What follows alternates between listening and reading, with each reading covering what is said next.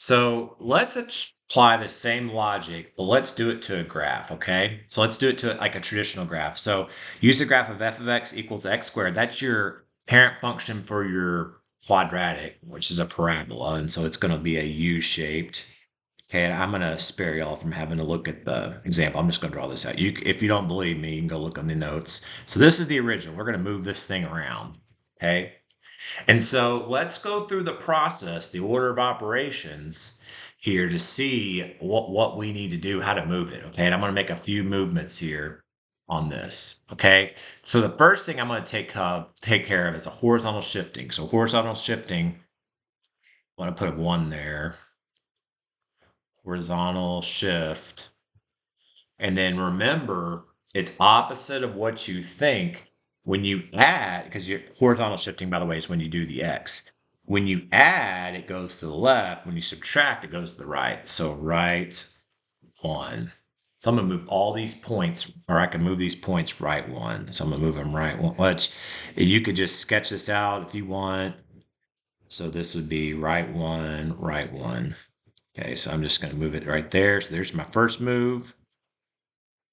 Now, next move is I'm going to multiply. Okay, you do the multiplying next, the stretching or the shrinking. So this is move number 2. Okay, and so you do, and it's multiplying the whole thing. Okay, the whole thing. So it's multiplying the y. So this is called a vertical stretch. Okay, and then you basically, it's going to be half as, remember, when a vertical stretch, it makes it narrower, but basically you multiply the y's by 2. The x's don't change. So like on my new one, I'm going to multiply the y's by 2. This y was 4 at negative 1, 4. Now it's going to be at negative 1, 8. Okay. This y was at, y's at 1. So now it's going to be at 2. This one's going to stay here because the y is 0. This y here was at 1, so it's going to go up to 2. And then this y was at 4, so it goes up to 8 as well. Okay. So this is going to be my new graph after that move. A lot of mess here. So this is my new one here. Now the last thing I'm going to do is, this is move number 3.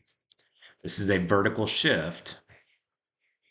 The last one, the order of operations, it goes up 3. So I'm going to move all these from this one up 3. So this goes up to 11. Wow, it's going to be way up there. This one goes up 3. So this one goes up 3 to 5. This one goes up 3 to 3. This one goes up 3 to 5. And this one goes up 3 to 11. And so this will be my answer. It's going to be kind of a sketch. All right, now you could go look at this if you want to in your calculator. You're welcome to use your calculator here to help you. Okay, x squared. I've got 2 times parentheses x minus 1 squared plus 3. Now look at the graphs there. So there's my original. And then you could see my new one right there. So you see it's right there. Okay. I should label these. So this is f of x is the original. F of x is right there. That's my original one. And then g of x is right there.